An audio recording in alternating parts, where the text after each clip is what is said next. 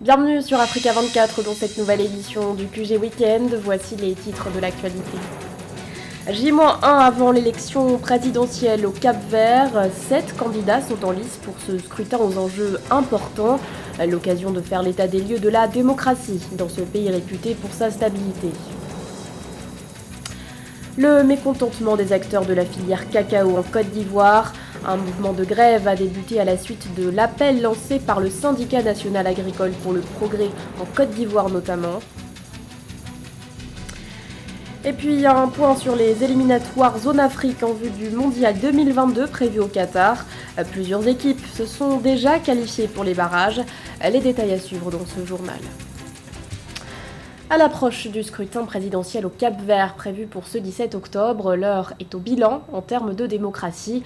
Réputé pour sa stabilité, le pays fait office de modèle en matière de bonne gouvernance. Preuve en est, le Cap-Vert occupe la 2e place dans l'édition 2020 de la Fondation Mo Ibrahim. Plus de précisions avec Philomène Tine. Le Cap-Vert, un exemple de stabilité politique et démocratique en Afrique.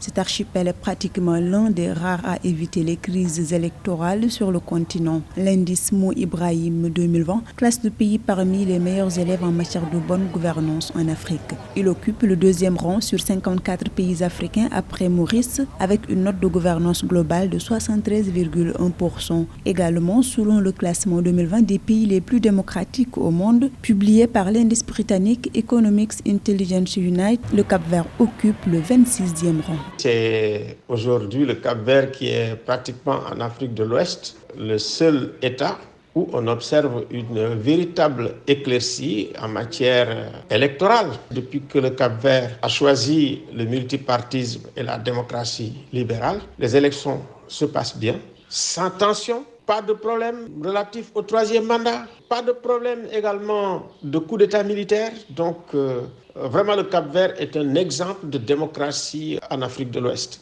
Ce dimanche 17 octobre 2021, les Cap-Verdiens se choisissent un nouveau président. Le chef de l'État sortant, Jorge Carlos Fonseca, après avoir accompli 2 mandats consécutifs, ne sera pas en lice. Jorge Carlos Fonseca, qui n'a pas touché à la constitution du pays durant son mandat. Le Cap-Vert est une véritable exception aujourd'hui en Afrique de l'Ouest. C'est le moment de reconnaître vraiment la valeur de la démocratie capverdienne. Il n'y a pas d'hyper-présidentialisme au Cap-Vert. Généralement, le président de la République a tellement d'humilité. Il ne fait pas du pouvoir une mystique, ce qui fait qu'il ne s'accroche pas au pouvoir. Il quitte quand il a terminé son mandat et d'autres viennent.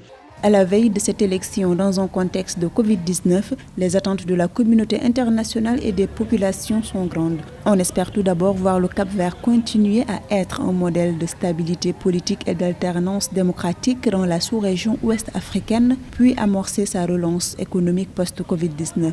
Pour la première fois depuis l'indépendance de ce pays lusophone, 7 candidats vont briguer la magistrature suprême. La filière cacao en grève en Côte d'Ivoire, un mouvement initié à l'appel du SYNAPCI notamment.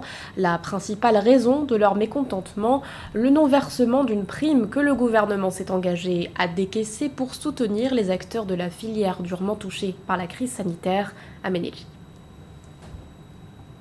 La filière cacao est en crise. L'Association nationale des producteurs de Côte d'Ivoire, ANAPROSI, et le syndicat national agricole pour le progrès en Côte d'Ivoire, SYNAPCI, ont entamé une grève illimitée, appelant les planteurs à occuper le terrain, à arrêter la vente des fèves et à faire des sit-ins devant les délégations du Conseil Café Cacao. Les grévistes affirment n'avoir jamais reçu les primes promises pour soutenir la filière frappée de plein fouet par la pandémie de Covid-19. Le Conseil Café Cacao nous a informé que l'État a donné 17 milliards pour Covid, pour le monde agricole café cacao. Alors, selon eux, cet argent vient de la Banque mondiale. Alors, à la dernière minute, depuis 5 mois, maintenant, le 1er octobre, là, ils vont venir nous faire croire que cet argent-là, l'État a repris, que lui n'a pas d'argent à donner aux planteurs. Et ça a mis tout le monde en colère. Alors, avec la gouvernance même de Conseil Café Cacao qui ne plaise même pas à tout le monde. Donc il y a tous ces problèmes-là qui se sont accumulés aujourd'hui, les producteurs producteurs sont vraiment dans la rue. En effet, le gouvernement avait prévu un programme d'appui de 17 milliards de francs CFA, soit 26 millions d'euros en soutien aux planteurs. Les organisations agricoles dénoncent une absence de transparence du Conseil Café-Cacao et de sa politique d'économie depuis près de 10 ans et souhaiteraient être entendus par l'exécutif. Hier, la journée, les choses se sont bien passées, mais aujourd'hui, ils ont pris des microbes par les organisations que lui-même il a créé, FOPCC. Ils ont pris des microbes pour venir attaquer les gens à Djoko. Nous, on a demandé aux producteurs que là où ça arrive, là, on va passer maintenant en plan B. Ça va amener le chef de l'État à se saisir du dossier. Le directeur général du Conseil Café-Cacao, Yves Brahima Kone, quant à lui, affirme avoir mis sur pied une équipe au Conseil pour faire des projets en vue de l'utilisation efficiente de cette somme qui servira, selon lui, à acheter du matériel pour équiper les coopératives. La reprise économique post-Covid-19 semble bien partie au Kenya. Le secteur de l'emploi en particulier offre des perspectives encourageantes. De juillet à septembre dernier, les impôts perçus sur les salaires se sont chiffrés à environ 97 millions de dollars. De quoi réjouir les banques. Philoméntine. Le Kenya a connu de belles perspectives dans le domaine de l'emploi pour le troisième trimestre 2021. Les données de la direction des collectes de revenus démontrent que les impôts perçus sur le salaire pour le premier trimestre budgétaire qui va de juillet à septembre 2021 se sont estimés à environ 97 millions de dollars, soit 4,4 milliards de shillings, une situation favorable à l'activité des banques. Ce qu'ils appellent l'autorité de recette au Kenya est une entité fortement informatisée. Non seulement au niveau de la déclaration, mais également au niveau des paiements. Et le gateway de paiement, il est multicanal. Il prend aussi bien du cash, le M-Pesa et les autres monnaies électroniques, que les transferts bancaires. Ce qui veut dire qu'aujourd'hui, demander qui va réellement en bénéficier, moi j'ai juste envie de dire tous les acteurs du système du gateway de paiement, les entités de proximité, sans oublier bien sûr les banques. À partir du moment où l'argent arrive dans le système financier, les assurances en tirent profit, le marché des capitaux en tire profit. Et donc l'économie domestique est la vache à lait de l'économie en général et du système financier de manière particulière. La hausse des emplois au Kenya durant la période de sous-revue ne concerne pas tous les secteurs d'activité. L'agriculture, l'industrie manufacturière, la construction, le commerce de gros et de détail, les services et l'exploitation minière ont été les segments de l'économie qui ont enregistré des hausses de recrutement. Il est bon que l'économie reprenne, que le travail soit consacré comme étant le seul facteur de création et de distribution de la prospérité, et il est bon qu'on le ressente dans les caisses de l'État par rapport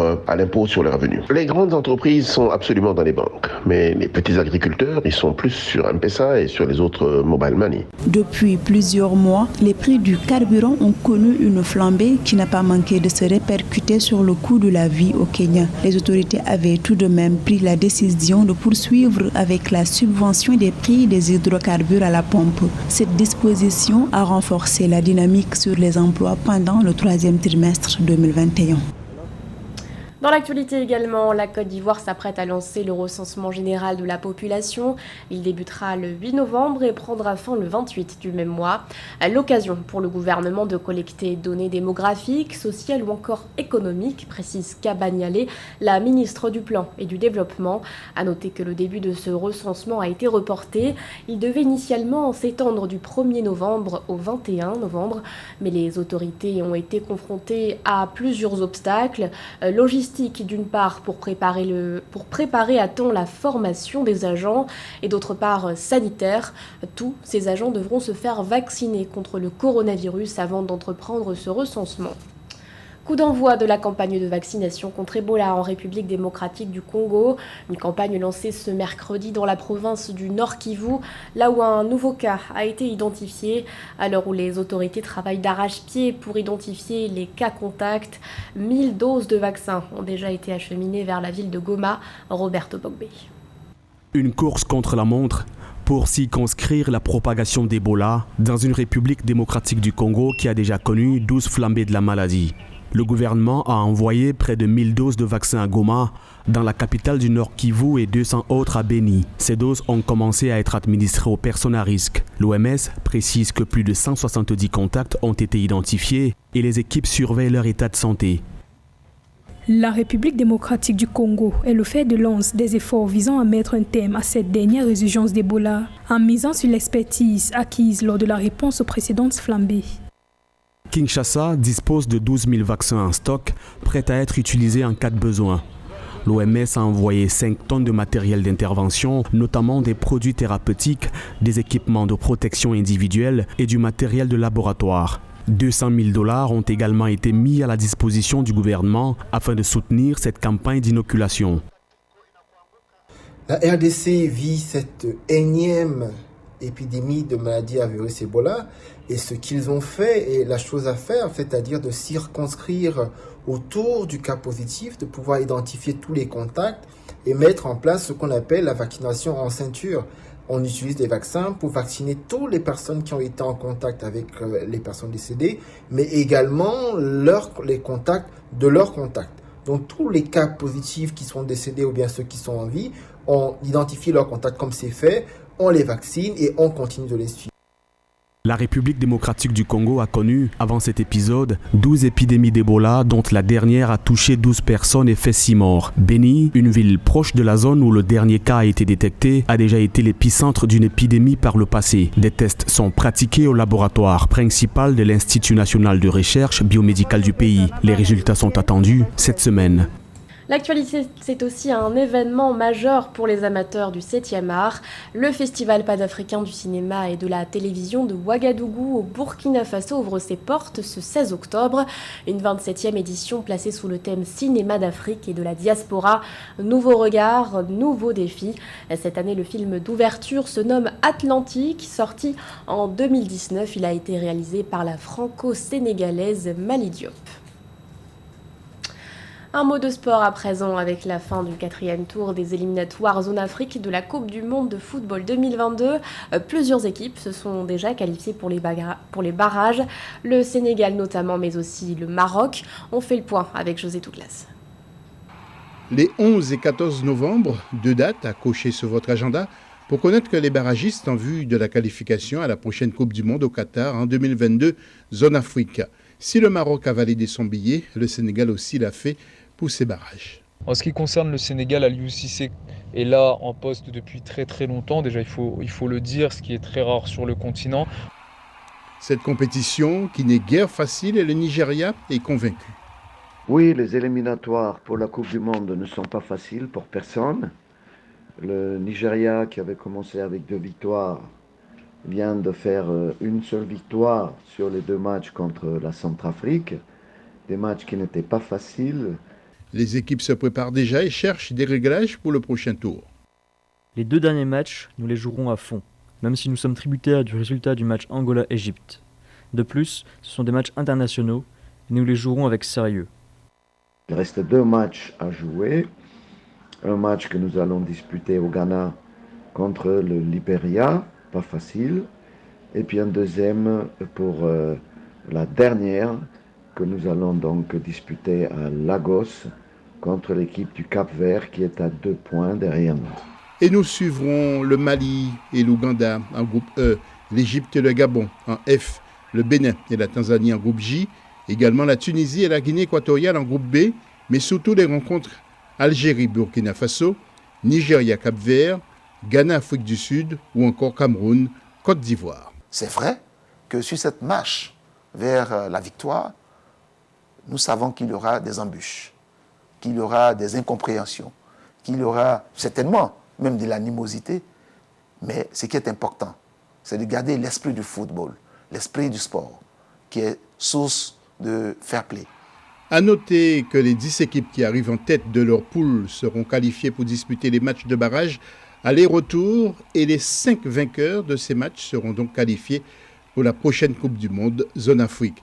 Enfin, il faut savoir que sur 46 équipes en Asie, 4 ou 5 seront qualifiées en plus du Qatar. Pour notre continent, en Afrique, sur 54 équipes, 5 seront qualifiées et il y a 10 groupes pour la zone. En CONCACAF, en Amérique du Nord, Amérique centrale et Caraïbes, 35 équipes, 3 ou 4 seront qualifiées. Pour l'Amérique du Sud, 10 équipes et 4 ou 5 qualifiées. Pour l'Océanie, 11 équipes, 0 ou 1 équipe qualifiée. Enfin, pour l'UEFA, l'Europe, 55 équipes, 1 de moins que l'Afrique, mais 13 qualifiées. Cherchez l'erreur.